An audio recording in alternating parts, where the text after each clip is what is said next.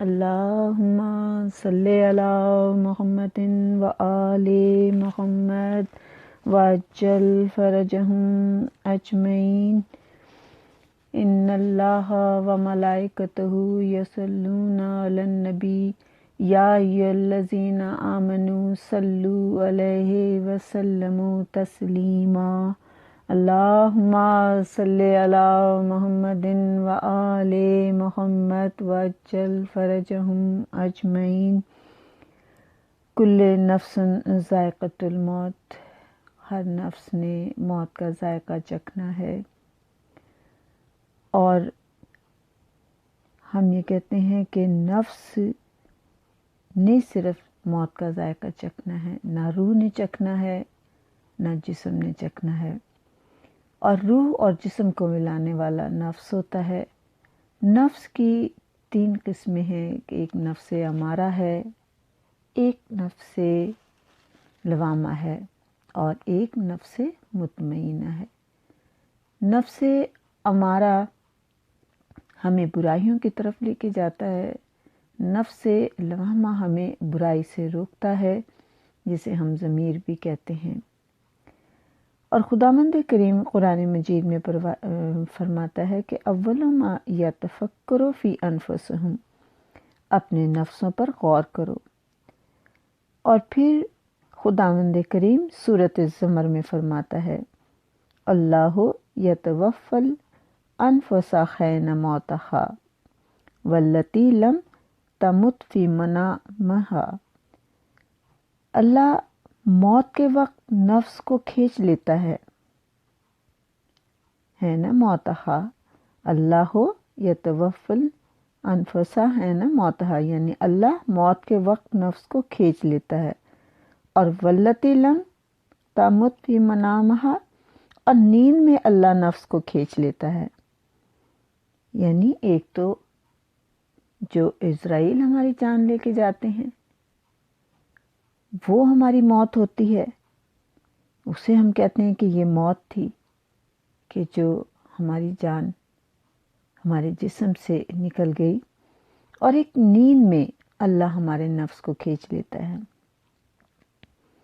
ہم سو رہے ہوتے ہیں اور ہمیں معلوم نہیں ہوتا کہ اس وقت پاس بیٹھے لوگ کیا بات کر رہے ہیں، کیا سن رہے ہیں، لیکن ہم سو رہے ہوتے ہیں اور ہم خواب دیکھ رہے ہوتے ہیں کہ ہم کسی جگہ بھی ہیں، کسی سے بھی ہم باتیں بھی کر رہے ہوتے ہیں، ان کی باتیں سن بھی رہے ہوتے ہیں، لیکن ہمارا جسم یہیں پہ موجود ہوتا ہے۔ ہم ان کانوں سے سن بھی رہے ہوتے ہیں، ان آنکھوں سے دیکھ بھی رہے ہوتے ہیں، ان پیروں سے چل بھی رہے ہوتے ہیں، ان ہاتھوں سے کام بھی کر رہے ہوتے ہیں، لیکن ہمارے اصل ہاتھ یہاں ہمارے بسترے پہ ہوتے ہیں۔ اور ہم نے ہم کام سر انجام دے رہے ہوتے ہیں۔ ہمارے پاس بیٹھنے والے کو خبر نہیں کہ اس وقت ہم کہاں پر ہیں، ہم کربلا میں ہیں، نجف میں ہیں، مشہد میں ہیں، یا آج اس وقت ہم حج عمرہ کر رہے ہیں، یا ہم خواب میں قرآن پاک کی تلاوت کر رہے ہیں۔ یعنی جو بھی کوئی عمل کر رہے ہیں اس کا ہمارے ساتھ والے کو بالکل خبر نہیں ہوتی۔ اور ہم جب سو کر اٹھتے ہیں تو ہم یہ کہتے ہیں کہ ہم نے آج خواب میں یہ دیکھا۔ تو یہ خواب سب سے پہلے کب سے آنے شروع ہوئے؟ جب یہ دنیا وجود میں آئی تو اس وقت انسان کو اس طرح سو تو جاتا تھا مگر اس کو خواب نہیں آتے تھے۔ اب بھی بہت سے لوگ آپ نے یہ دیکھے ہوں گے کہ جو یہ کہتے ہیں کہ ہمیں تو خواب نہیں آتے، اور کچھ لوگ یہ کہتے ہیں کہ ہاں خواب آتے ہیں لیکن ہمیں یاد نہیں رہتا، اور کچھ لوگ یہ کہتے ہیں کہ ہمیں جب کبھی بھی خواب آتے ہیں ہمارا خواب سچ ضرور ہوتا ہے، اور کبھی یہ بھی کہتے ہیں کہ ہمارے کسی بزرگ نے خواب میں آ کے ہمیں اطلاع دی ہے۔ تو ان تمام چیزوں سے یہ ظاہر ہوتا ہے کہ خواب سچے بھی ہو سکتے ہیں، خواب ہمارے خیال کی کوئی تعبیر ہوتے ہیں، اور ہمارے بزرگ بھی خواب میں آ کے ہمیں بعض وقت اطلاع دے جاتے ہیں۔ لیکن یہ خواب کب سے آنا شروع ہوئے؟ کیونکہ شروع میں جب انسان تھے تو ان کو خواب نہیں آتے تھے. تو ہوا یہ تھا کہ جو پیغمبر اس دور میں آئے تو ان کے امت ان کو تسلیم کرنے کو تیار ہی نہیں تھے. وہ بار بار انہیں یہ کہتے تھے کہ دیکھو ایک خدا کو مانو، مجھے مانو، کلمہ پڑھو، خدا کی وحدانیت کو تسلیم کرو. تو شرارتی انداز میں کہتے تھے کہ اچھا اگر ہم تمہیں مان لیں گے تو پھر ہوگا کیا؟ تو وہ پیغمبر کہتے تھے کہ دیکھو اگر تم نیک عمل کرو گے تو تمہیں جنت ملے گی، اور اگر برے عمل کرو گے تو تمہیں جہنم ملے گی. تو وہ یہ اس کی بات سن کے ہنس دیتے تھے ان پیغمبر کی، اور کہتے تھے کہ دیکھو ہم نے تو یہ دیکھا ہے کہ جو بھی ہمارا بزرگ مرا ہے یا جو بھی مرا ہے وہ چند دنوں کے بعد وہ سیدھا خاک میں اس کی ہڈیاں مل جاتی ہیں، تو وہ کہاں جنت میں جائے گا اور کہاں جہنم میں جائے گا. ہمیں تو تمہاری اس بات کا بالکل یقین نہیں. ان پیغمبر نے خداوند کریم سے کہا کہ اے میرے اللہ، اے میرے رحمان، یہ میری بات کو تسلیم نہیں کر رہے ہیں، تو ہی ان کو کوئی عقل دے کہ یہ میری بات کو تسلیم کریں. میں تھکنے لگا ہوں لیکن میں ان کو ہدایت ضرور کرتا رہوں گا. تو خداوند کریم نے کہا کہ تم پریشان نہ ہو، آج رات یہ تمہاری گزرنے دو، کل سے یہ تمہاری بات سنیں گے. جب رات ہوئی تو ان لوگوں کو پہلی مرتبہ یعنی کہ دنیا میں انسانوں میں خواب آیا، اور تمام بستی والوں کو خواب آیا. جب خواب آیا تو صبح کو جو اٹھائے دوسرے سے کہے کہ آج میں نے خواب میں یہ دیکھا، میں فلاں جگہ گیا ہوا تھا، آج میں نے خواب میں یہ دیکھا کہ میں فلاں شخص مجھ سے ملنے آیا تھا. یعنی ہر ایک نے اپنا اپنا حال سنایا. کسی نے کہا کہ میں نے خواب میں آج بڑے مزیدار کھانے کھائے، کسی نے کہا میں نے پھل کھائے، کسی نے کہا میں نے مشروب پیے، کسی نے کہا کہ فلاں میرا بزرگ میرے خواب میں آیا ہوا تھا. یعنی سب نے اپنے اپنے خواب آ کر سنانے شروع کر دیے. جب ہم سب نے ایک دوسرے کو اپنے خواب سنائے تو پھر انہوں نے کہا کہ دیکھو ایسا کرتے ہیں کہ اس پیغمبر کے پاس چلتے ہیں اور اسے بتاتے ہیں کہ آج ہمارے ساتھ اور ہم سب کے ساتھ پہلی مرتبہ یہ ہوا ہے کہ ہم سوئے ہیں تو ہم نے سوتے میں اپنے آپ کو چلتے پھرتے دیکھا ہے، جبکہ ہمارا جسم تو یہاں موجود تھا. تو ہم کیسے چل رہے تھے، کیسے کھا رہے تھے، کیسے مل رہے تھے، یعنی ہر کام ہم کر رہے تھے. ہمارے ہاتھ پاؤں یہاں تھے اور ہم ہاتھ پاؤں سے کام کر رہے تھے. پروردگار نے پیغمبر سے کہا کہ اب وہ تمہارے پاس آنے والے ہیں اور اپنے خواب وہ تمہیں سنائیں گے. تمام کے تمام پیغمبر کے پاس آئے اور اپنے خواب ان کے سامنے بیان کیے. پروردگار کی یہ کرامت دیکھ کے کہ جب سب لوگ اپنا اپنا خواب سنا رہے تھے تو پیغمبر خاموشی سے دیکھ رہے تھے. اور پھر پیغمبر نے کہا کہ پروردگار عالم نے تم پہ حجت قائم کر دی ہے کہ مرنے کے بعد جنت اور جہنم تمہارے اعمال سے ملے گی. اور دیکھو مرنے کے بعد تمہاری روح بھی اسی طرح ہوتی ہے، چاہے بدن تمہارا خاک میں مل جائے گا، خاک ہو جائے گا، تمہاری روح قیامت تک اگر تم برے ہوں گے تو عذاب میں رہے گی، اگر نیک ہوں گے تو بہشت میں ہوگی. اور اگر تم میرا کہنا نہیں مانو گے تو تمہارے لیے پھر جہنم ہی ہے. جب انہوں نے کہا کہ اس طرح سے جب تم قبر میں جاؤ گے تو سوال و جواب بھی ہوں گے، تو انہوں نے پھر یہی بات کی تھی کہ جب ہم خاک ہو جائیں گے اور ہم مر جائیں گے تو ہم کہاں سے بولیں گے، ہم کیا سوالوں کے جواب دیں گے کہ قبر میں فرشتے آئیں گے. ہماری تو زبان بند ہو چکی ہوگی، ہماری آنکھیں بند ہو چکی ہوں گی، ہمارے کان کام نہیں کر رہے ہوں گے، ہمارا جسم ٹھنڈا پڑ گیا ہوگا، تو ہم کس طریقے سے ان کو فرشتوں کو بتائیں گے. ہماری تو زبان ہی کام نہیں کر رہی ہوگی، کیسے باتیں کریں گے ہم فرشتوں سے. انہوں نے کہا کہ تم باتیں بھی کرو گے اور اٹھو گے بھی، اور سب باتوں کا جواب بھی دو گے۔ اور پھر انہوں نے کہا کہ تم جس طرح سے خواب میں چلتے پھرتے ہو یہی تمہیں انعام ملے گا، اگر تم نیک ہوں گے تو، بد ہوں گے تو اس کا بھی انجام ہوگا۔ اور یہ بات انہوں نے ان سے کہی کہ دیکھو یہ جسم جو ہے ہمارا، جب ہم مر جاتے ہیں تو یہ جسم ہمارا یہیں رہ جاتا ہے، لیکن ہمارا جسم مثالی جو ہوتا ہے وہ ہمارے ساتھ رہتا ہے، اسے ہم کہتے ہیں برزخی جسم۔ تو ہم یہ کہتے ہیں کہ برزخ کیا ہے، برزخ کسے کہتے ہیں؟ سوال یہ پیدا ہوتا ہے کہ جو جہاں پہ انسان جائے گا، یعنی کہ ہم قبر میں لٹانے کے بعد جب ہمیں سب چھوڑ کے چلے جاتے ہیں تو ملائکہ آتے ہیں، سوال و جواب ہوتے ہیں، بالکل سب سوال جواب آپ دے لیتے ہیں، اور فرشتے آپ کے سوال جواب سن کے اگر جو نیک ہوتا ہے تو اس کو خوشخبری دے کر اس کی قبر کو وسیع کر کے جنت کی طرف اس کا دروازہ کھول کے قبر کا چلے جاتے ہیں۔ اور جو گناہ گار ہوتا ہے اس کو پھر جہنم کی آگ کا سامنا کرنا پڑتا ہے۔ خداوند کریم اس وقت سے سب کو بچائے اور ہمیں مبشر اور بشیر سے ملاقات ہماری ہو، کیونکہ یہ مومن کے قبر میں ہی آئیں گے۔ اور اس جسم کو جو ہم یہ ابھی کہہ رہے ہیں کہ خواب میں ہمیں نظر آتا ہے، یہ بھی ہمارا مثالی جسم ہی ہوتا ہے، کیونکہ ہم تو یہاں سو رہے ہوتے ہیں، لیکن جیسے خواب میں، جیسے خداوند کریم نے سورۃ زمر میں کہا واللاتی لم تمتع فی منامہا، کہ نیند میں اللہ تمہارے نفس کو کھینچ لیتا ہے۔ آپ سو رہے ہیں، آپ کا نفس خواب کی حالت میں سفر کر رہا ہے، کبھی کربلا میں جا رہا ہے، اور اس طرح سے ہم یہ اٹھ کے بتاتے ہیں کہ یہ آج ہم نے یہ دیکھا ہے۔ تو برزخ کیا ہے؟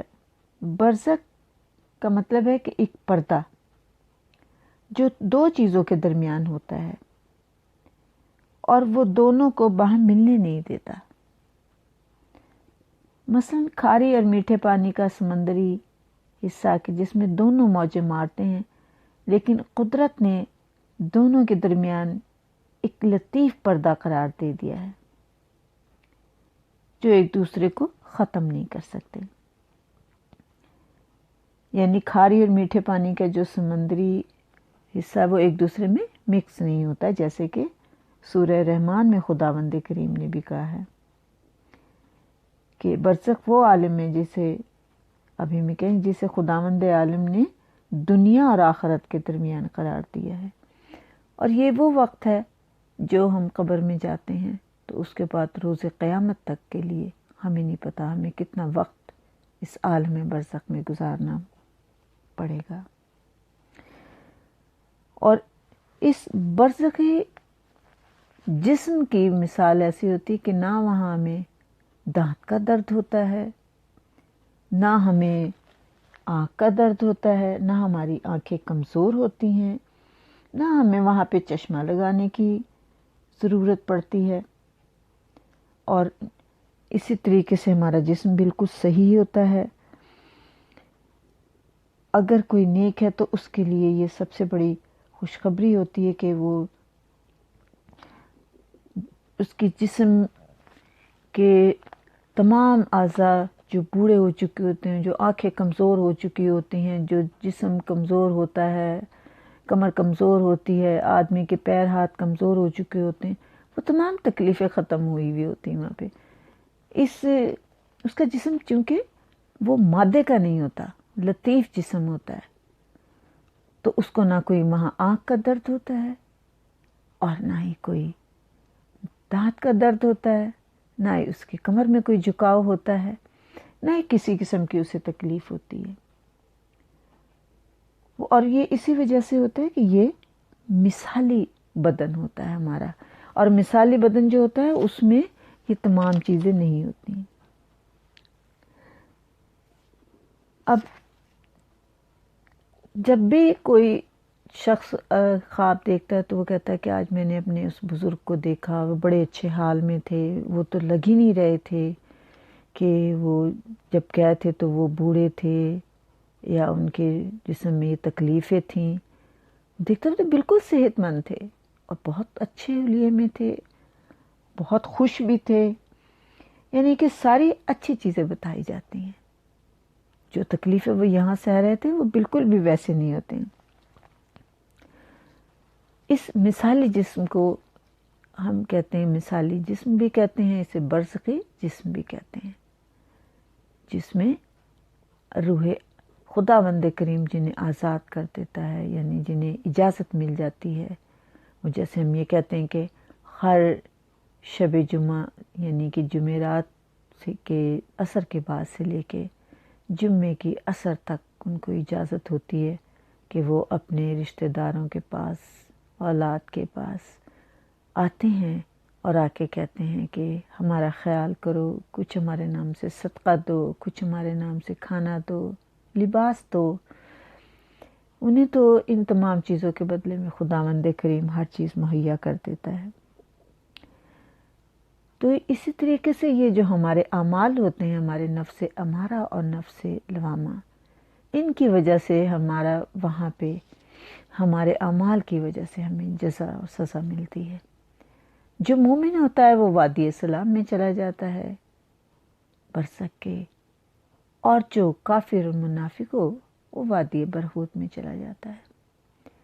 کیوں کہتے نانا نحی الموت و نکتب ما قدموا و آثارہم و کل شیء احصیناہ فی امام مبین. سورۃ یاسین آیت نمبر 12 میں ہے کہ ہم ہی مردوں کو زندہ کرتے ہیں.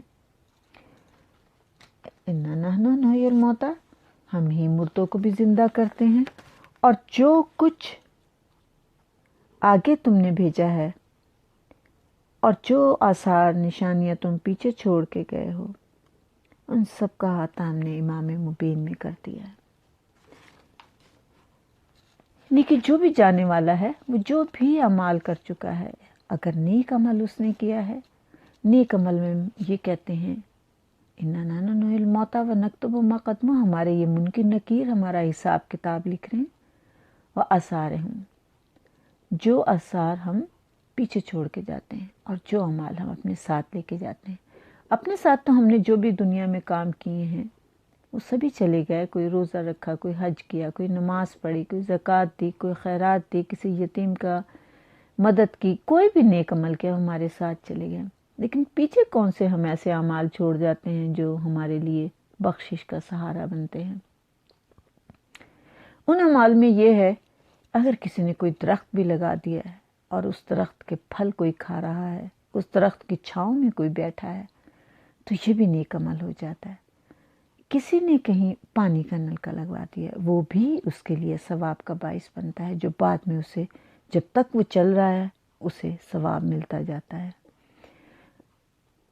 کوئی اور نیک کام، یعنی کہ جیسے کوئی امام بارگاہ بنوایا، کوئی مسجد بنوائی، کوئی ہسپتال بنوایا، یہ تمام نیک عمل ہیں جو اس نے کیے ہیں. جب تک یہ قائم ہے، جب تک وہ مسجد ہے، اس میں عبادت ہو رہی ہے، اس کو ثواب پہنچتا رہے گا، چاہے اس کو گئے ہوئے کتنے سو سال گزر جائیں. اسی طرح سے اگر کوئی اپنے پیچھے اپنی نیک اولاد چھوڑ جاتا ہے تو اس کا ثواب بھی اس کو پہنچتا رہتا ہے، کیونکہ نیک اولاد اس کے لیے نیک عمل کرتی رہتی ہے. کہتے ہیں کہ جناب عیسیٰ اپنے حواریوں کے ساتھ سے قبرستان کے پاس سے گزرے تو ایک قبر پہ عذاب ہو رہا تھا. انہوں نے کہا یہاں سے جلدی سے گزر جاؤ، اس لیے کہ عذاب بہت سخت ہو رہا ہے. وہ لوگ جلدی جلدی وہاں سے گزر گئے. جب آپ شام کے وقت واپس آ رہے تھے تو اسی جگہ سے پھر گزرے، تو آپ نے کہا کہ اب آرام سے گزرو یہاں سے.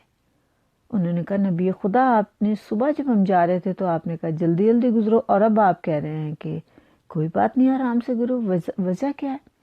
انہوں نے کہا سنو، اس آدمی کا بچہ آج 5 سال کا ہو گیا ہے، اس کی ماں اسے قرآن پڑھانے کے لیے مولوی کے پاس لے کے گئی ہے، اور اس بچے نے جیسے ہی قرآن کی آیت بسم اللہ الرحمن الرحیم پڑھی ہے تو خداوند کریم نے کہا ہے کہ اس کی اولاد نے آج نیک عمل کیا ہے تو اس کی قبر سے عذاب ہٹا دو. تو اولاد کے بھیجے ہوئے نیک عمل بھی وہاں پر ہمیں فائدہ دیتے ہیں۔ اس میں ہمارے لیے سب سے بڑا، اگر کسی کا حج، کسی کا روزے رہ گئے ہیں اور کوئی کام اس کے نام سے من جانب کہہ کے ہم کرتے ہیں تو اس کا ثواب بھی اس کو بہت مل جاتا ہے،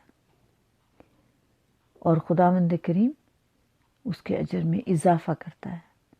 اس کے نام سے صدقہ دینا بہت اچھی بات ہے، اس کے نام سے کوئی کتاب چھپوا دیتے ہیں یا اس کے نام سے کوئی ہم اور نیک کام کر دیتے ہیں، حتیٰ کہ کہیں پانی کی سبیل لگوا دیتے ہیں، کوئی کتاب چھپوا دے، کوئی بھی نیک ایسا کام ہم کر دیتے ہیں۔ یا ہمیں چاہیے کہ ہم ہر روز جب نماز پڑھیں تو من جانب کہہ کے پڑھیں، یعنی ہم تو اپنی نیت کرتے ہی ہیں، لیکن اس کے ساتھ ہم یہ کہہ دیں کہ جیسے زیارت پڑھتے ہیں تو ہم کہہ دیں من جانب، یعنی ان کا نام بھی بیچ میں شامل کریں تو ان کو اس کا ثواب پہنچتا ہے، اور وہ ہمیں دعائیں دیتے ہیں، وہ وہاں بیٹھ کے ہمیں دعائیں دیتے ہیں کہ انہوں نے ہمیں وہاں یاد رکھا ہے، اے رب کریم ان کی تمام حاجات کو پورا کر۔ تو یہ وہ نیک عمل ہوتے ہیں جو ہم یہاں چھوڑ کے جاتے ہیں، اور اس نیک عمل کا بدلہ ہمیں وہاں ملتا رہتا ہے۔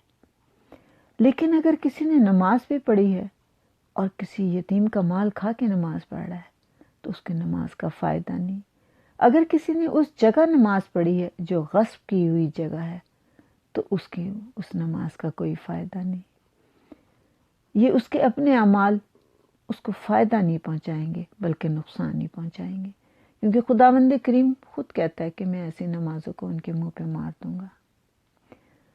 اعمال ہمارے ساتھ قبر میں بھی جاتے ہیں جو ہم نے کیے ہوئے ہیں، اور اس کا ہمیں خداوند کریم انعام بھی دیتا ہے کہ ان کو وادی سلام میں ایسی جگہ لے کے جاتا ہے، عالم برزخ میں، وہ جگہ کہ جہاں جنت کی طرح سے نہریں بہہ رہی ہوتی ہیں، جنت کے باغوں جیسے باغ ہوتے ہیں، جنت کے پھلوں جیسے پھل لگے ہوتے ہیں، یعنی اتنے عرصے میں انہیں کوئی پریشانی نہیں ہوتی۔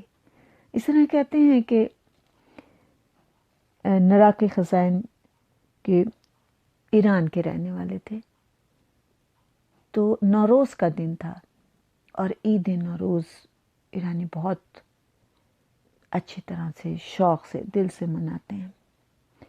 ان کی کسی نے دعوت کی کہ تم ہمارے گھر آؤ، آج عید نوروز ہے۔ جب وہاں گئے تو ان کا دروازہ بند تھا، یعنی کچھ خواتین تھی یا جو بھی کہ دروازہ بھی انہوں نے کہا کہ ذرا انتظار کریں، ابھی آپ گھر میں نہیں آ سکتے، کوئی مجبوری تھی ان کی۔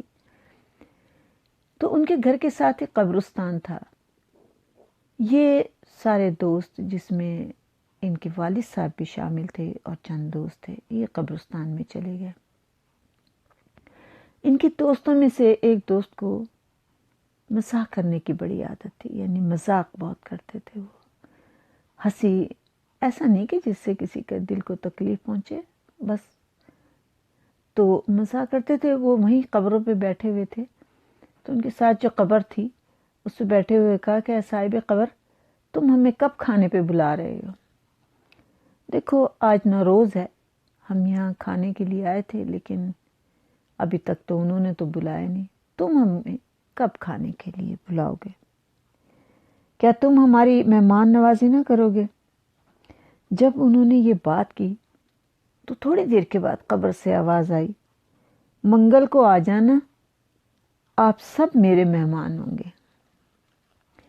جب یہ بات سنی نا کہ منگل کو آ جانا، ظاہر ہے قبرستان ہو اور کسی قبرستان میں آپ بیٹھے ہوں اور وہاں قبر سے یہ آواز آ جائے کہ آپ منگل کو آ جانا، تو ڈر تو لگتا ہے۔ تو سب کے سب ڈر گئے اور وہاں پہ گئے، جنہوں نے بلایا تھا اس کے بعد اپنے گھر گئے اور کہنے لگے آپس میں مل کے کہ دیکھو بھئی اگلے منگل تک کا مطلب ہے کہ ہم یا تو مرنے والے ہیں، اس لیے بس اپنی اپنی وصیتیں کرنی شروع کر دو۔ سارے دوستوں نے مل کے وصیت کرنی شروع کر دی اپنے جو بھی ان کے کام تھے جلدی جلدی نمٹانے شروع کر دیے، نماز پابندی سے پڑھنی شروع کر دی، قرآن پابندی سے پڑھنا شروع کر دیا کہ بس اگلی منگل کو تو ہمارے جنازے ہی اٹھنے ہیں، ہم نے اس دنیا سے چلے ہی جانا ہے، اس لیے کہ بس منگل تک کا تو ٹائم دیا ہے۔ اور کہا بھئی چلو ہم سائے سے بھی معافی مانگ لیں، اپنے خاندان والوں سے بھی معافی مانگ لیں، جو غلطی ہے جو گناہ ہے وہ ہمارے معاف کر دو۔ ایک ایک سے معافی مانگتے پھرے۔ منگل کا دن آیا تو نہائے دھوئے سارے دوست اکٹھے ہو گئے اور کہنے لگے منگل آ گئی ہے، ابھی ہم میں سے سب زندہ ہیں، چلو اب چلتے ہیں، ذرا دیکھتے ہیں کہ کیا ہوتا ہے۔ یہ سارے دوست اور ان کے والد صاحب بھی روانہ ہوئے اور قبرستان پہنچ گئے، اور قبر کے نزدیک جا کر کہا اے صاحب قبر وعدہ پورا کر۔ جب انہوں نے کہا نا کہ اے صاحب قبر وعدہ پورا کر، تو آپ کبھی سوتے میں تو دیکھتے ہیں، کیونکہ سوتے میں آپ کی برزخی آنکھیں کھلی ہوتی ہیں، سوتے میں آپ کے برزخی جسم کام کر رہا ہوتا ہے، جو گھوم رہا ہوتا ہے، چل رہا ہوتا ہے، پھر رہا ہوتا ہے، کھا رہا ہوتا ہے، کھانے بھی کھا رہا ہوتا ہے، پی بھی رہا ہوتا ہے، وہیں سے بیٹھے بیٹھے وہ کہاں سے کہاں پہنچ جاتا ہے۔